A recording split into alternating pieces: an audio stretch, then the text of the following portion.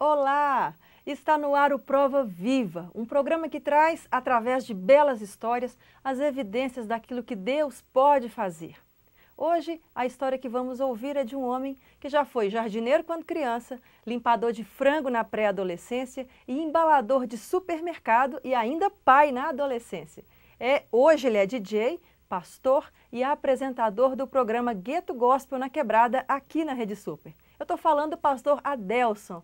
Ei, pastor, muito obrigada por ter aceito nosso convite, obrigada por estar aqui, trazer um pouco da sua história, daquilo que Deus fez através da sua vida, aquilo que Ele modificou na sua vida, porque nós acreditamos que essa sua história vai edificar muitas pessoas aí. Adriane, foi um prazer estar aqui essa noite com você nesse programa maravilhoso. Estou muito honrado de estar aqui, podendo dividir, né, com o teu público um pouquinho do meu testemunho, um pouquinho da minha história de vida aqui com você. Vamos começar, como a gente às vezes tem mesmo o costume de tentar entender um pouco a história antes do Senhor realmente fazer parte fiel na vida da gente. Como que era a sua infância, como que foi o seu início com o Senhor também, que você teve um momento antes e um momento depois, como é que foi isso? A minha vida foi assim, meu pai policial, muito rígido com a gente dentro de casa, mas aos 7 anos eu comecei a frequentar uma igreja perto de casa, meu amigo Eduardo me convidou, chamava Igreja do Nazareno, uma igreja muito bênção, e eu frequentei lá até os 8 anos de idade. E aos 8 anos de idade essa igreja mudou de lugar, até no mesmo bairro, mas distante um pouco. E minha mãe não deixou ir mais na igreja. Mas nessa época você não era cristão, você frequentava a igreja, sua família não era cristã também? Minha família não era cristã, mas eu já tinha aceitado Jesus lá aos meus 7 anos de idade. E só que na hora que a igreja trocou de lugar, minha mãe não deixou ir mais porque era longe. E aí eu parei de ir na igreja. E aí você ficou um tempo, então, sem frequentar uma igreja. Sem frequentar a igreja. Deixa essa história para a gente continuar lá daqui a pouco. Vamos voltar, então, que a igreja saiu de perto da sua casa, mas você continua a sua vida e você começou a trabalhar muito cedo. Muito cedo. Lá com 10 anos de idade já estava trabalhando. A gente novo, eu sempre tive eu sempre gostei de ter as minhas coisas, nunca gostei de ficar muito dependendo das pessoas, não do meu pai de ficar pedindo, meu pai me dá isso, me dá aquilo. E um dia lá, eu vendo meus amigos tudo indo trabalhar no bairro Bandeirantes de Jardineiro, fui um dia com eles também e fui bater na porta da casa, tá precisando de jardineiro aí não? Até que eu bati numa casa, a dona falou assim, eu tô precisando sim. Falei, então eu tô aqui. E você sabia alguma coisa para poder? Nada. Você chegou lá e ofereceu. Cheguei, ofereci, já comecei a aprender. Aí, por sorte, um amigo meu trabalhava do lado, o Silvinho.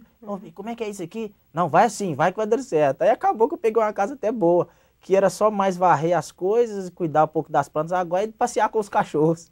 Aí eu tava no céu. Mas você avisou para os seus pais? Você tinha autorização deles? Não, Eles concordaram, eles sabiam Quando eu falei com meu pai ficou assustado. Falei, não, meu filho, não precisa trabalhar não, não tá faltando, graças a Deus, coisas que em casa é tranquilo. Disse, não, pai, eu quero trabalhar. Aí minha mãe, olha, meu filho, se você quer, então vai mesmo, é bom mesmo, vamos começar a trabalhar cedo. Aí me apoiou e eu fui. Você não tinha medo dessa situação de trabalho, mas conciliava também os estudos? Conciliava, tinha não, sempre. Uma vida sempre organizada aí? Tinha, porque eu trabalhava lá só meio horário, na parte da manhã e à tarde eu ia pra escola.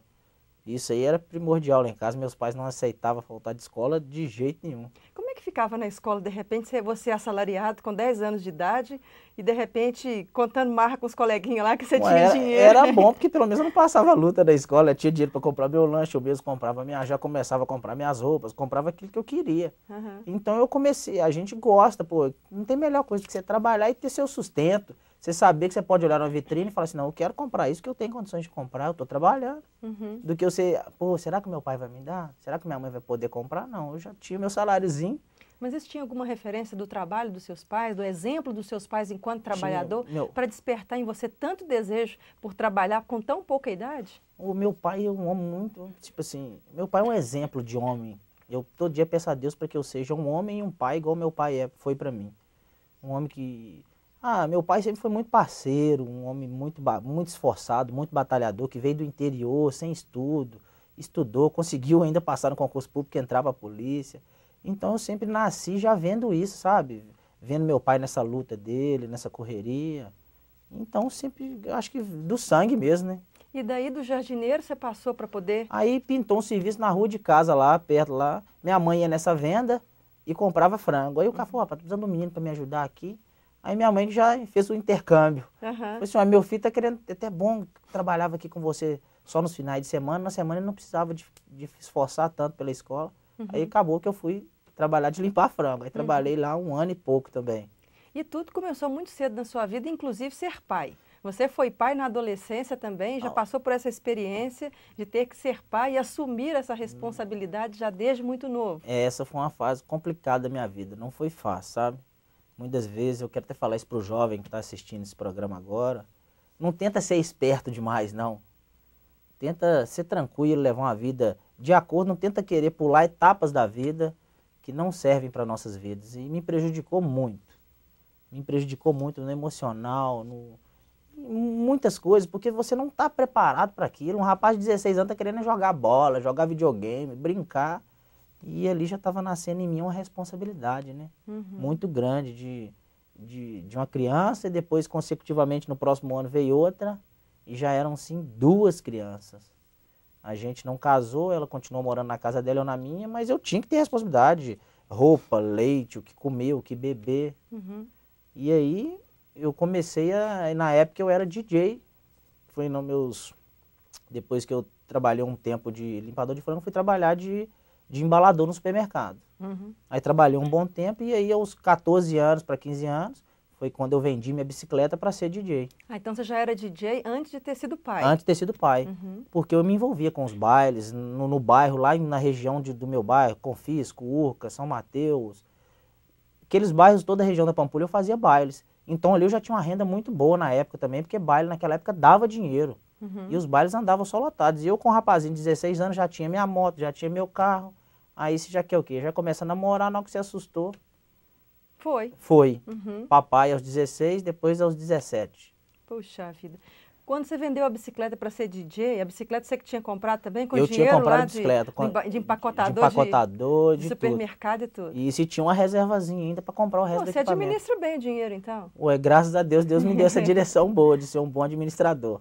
Graças a Deus. Mas com toda essa habilidade de administrar dinheiro, com todo esse afã de trabalhar, com toda essa garra e disposição para o trabalho, teve uma época que você passou uma situação financeira bem difícil. Como é que foi essa situação e em que tempo que foi isso? Em 97, que quando os bailes funks começou a já ter droga, tiro, mortes. Então deu uma queda muito grande nesses eventos locais que a gente fazia. A gente não tinha lugares fixos. Era polos. Hoje nós vamos fazer na escola tal.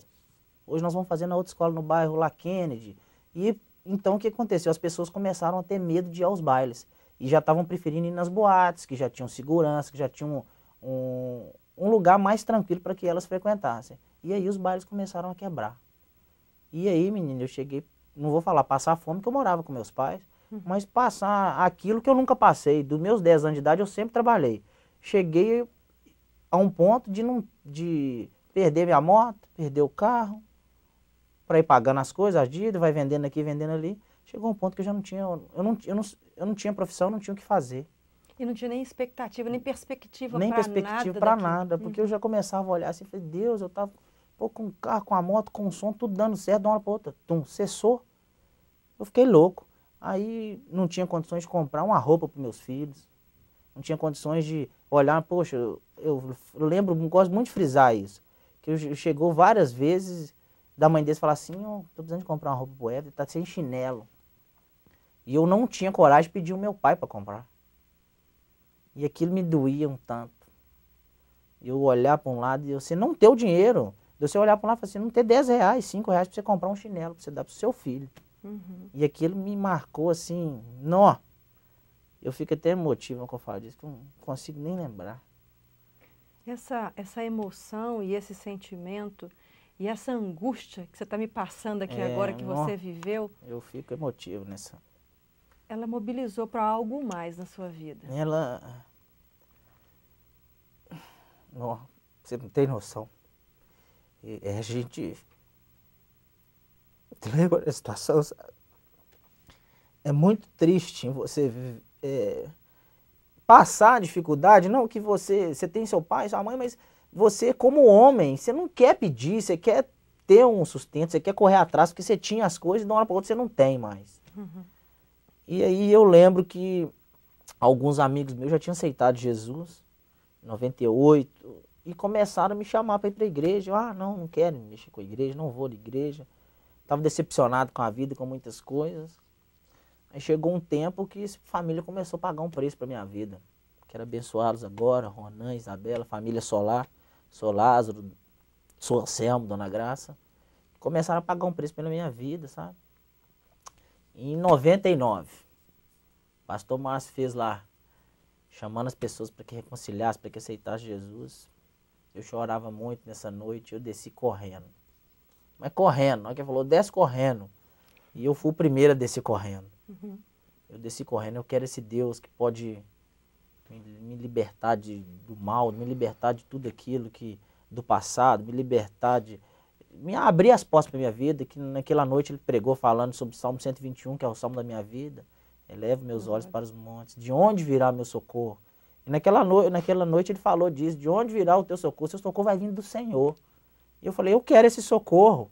Uhum. Eu quero esse socorro para minha vida. E ali eu fui lá embaixo e aceitei Jesus. Como nós começamos no começo do programa falando que aos seus 7 anos você já tinha então um contato, um envolvimento com o Senhor. Com o Senhor. E aí você passa um período sem o Senhor na sua vida, sem Ele ser quem direcionava, né, quem estava conduzindo a sua vida. E nesse momento, então, agora, diante do Senhor, você busca e o aceita novamente para conduzir a sua vida. Nossa, aí eu estava buscando o Senhor já lá por uns 6, 7 meses, já firme na promessa de Deus. Aí já não faltava de mais nenhum cultos.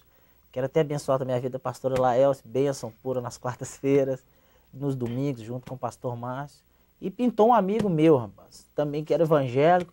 E eu sentado na rua lá, ele olhou para mim e falou, Adelson, o que está acontecendo, rapaz? Fiquei sabendo que você está na igreja, pô, que benção, estou muito feliz. Aí olhou para mim e falou assim, Adelson, é o seguinte, cara, pintou um negócio do serviço aí de vender consórcio, cara. Se você quiser ir, vambora. Eu também não sei nada não, mas Deus é conosco. Eu falei, meu irmão, eu estou pegando qualquer coisa, eu não quero ficar parado. Segura aí, Adelson. Nós vamos para um rápido intervalo e voltamos daqui a pouco, continuando essa história do pastor Adelson, dessa determinação, da mudança da vida dele, daquilo que o Senhor conduziu e agora, então, ele permitindo que o Senhor realmente o conduzisse em todas as coisas e a mudança e a guinada da vida do pastor Adelson em sua vida. Vamos para um rápido intervalo e voltamos já.